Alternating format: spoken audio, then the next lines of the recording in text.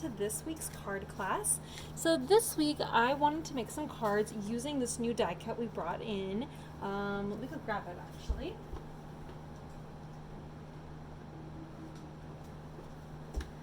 This is the die cut we're featuring this week.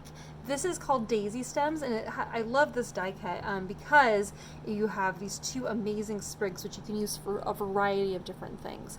So we're going to make a few cards using those die cuts today. All right, so let's get started. We're going to put together our cards. So for this first card, I really wanted to use a card. I wanted to use a new product. I wanted to use this cork. Cork actually is bark from the cork tree, which I thought was really fascinating. And so I wanted to use this one for creating a card because I was just really inspired, and I really thought it was a really beautiful material. So what we're going to do is we're going to use double-sided tape to adhere it to our card base. So the very first thing you'll need to do here, as we're kind of putting this whole thing together, is you first need to take your piece of handmade paper here, and we're going to put double-sided tape on the back, and I'm just going to put it in a couple spots just on the left and right there. And then we're going to stick that on the front of this. And I'm going to leave, probably about maybe 1/4 of an inch on the right-hand side of the cork actually showing here. And we're just going to glue that down. I know that the cork is kind of curly, but this is how we're going to put this together here. And so we're going to lay that down so there's about 1/4 of an inch. There might be a little bit more on the right side. Depending on how long your paper is, you might have a little bit of excess sticking off the edge. And if that's the case, flip it over, and then you can just use your scissors just to cut that. So then that way you get a nice clean edge where it's on the bottom of the cork there, okay? I'm actually going to peel this back a little bit because the cork was curling as I was sitting that down. I want to make sure that it remains flat and looks good when it's flat. All right, now on the back side of the cork, we're going to go ahead and stick double-sided tape on all 4 sides. And then in your little baggie, you're going to see this raffia. This little raffia bit. And so there's probably at least a couple long pieces in there. So go ahead and put those 2 pieces together. And then we're just going to stick this to the back side, kind of close to the bottom. I would say probably 1 inch from the bottom there. I'm just going to stick that on, and we're gonna go back and wrap that and tie it in just a minute, but I want to get this down on our brown paper first. I'm going to put double-sided tape on top of where we just applied that raffia, so then that way the raffia stays in place. Now we're going to stick that onto the front, or onto the brown text weight paper there, and you should probably have maybe about a 1/16 of an inch border on all 4 sides, so not a huge border, but at least something. Okay. Adjust that just slightly. All right, so we can stick that down. Now we can go ahead and you can, just want to see my fork is just a little bit crooked here. It's going to bother me.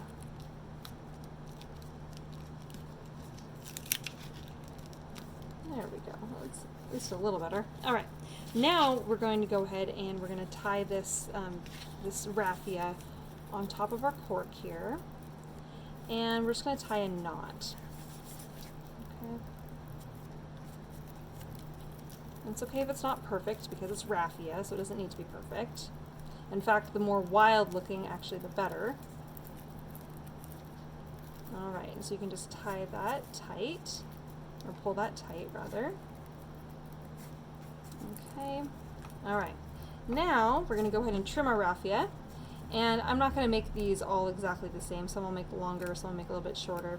And then once you have your raffia trimmed, you're going to kind of look at this little area here, and if there are some like larger pieces, you can actually kind of pull those apart so they can become like even more kind of stringy, and you just kind of pull those down so that way you get even more fibers. And like I said, it just kind of makes it look a little bit more full, and you can even kind of crunch them a little bit, and that actually kind of adds to it, kind of makes it look a little bit more fun, which I actually really like. Okay, so once you have your raffia all wrapped up there and you're pleased with how that's coming together, you're going to put double-sided tape on the back side of this, and I'm going to put this on all 4 sides here. And then you're going to mount that onto the front of your card base, kind of that light brown card base.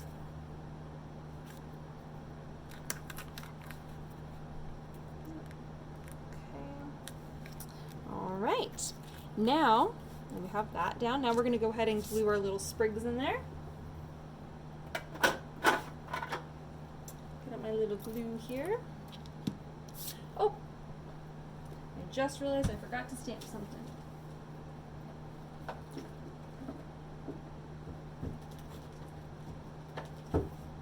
Stamp is hiding. I'm going to go ahead and apply this, but you guys already have the With Sympathy stamp stamped down. I'm going to go ahead and do that. I just realized. There we go, With Sympathy, because I wanted this to be a sympathy card. Now, you may have decided against With Sympathy for your card, but I decided I wanted to have that because we're always needing sympathy cards. All right, and now we are going to glue on our little sprig here.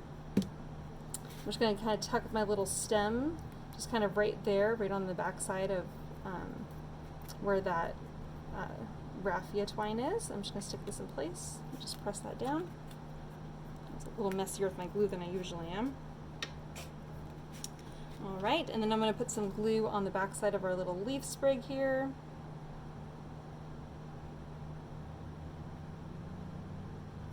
And then we're going to stick this one kind of at this kind of angle, so it's kind of a similar angle, again, behind the raffia, but this time the sprig is actually going to land on the handmade paper there that's on the right side. Okay, all right, and there we have the first card. Isn't that beautiful?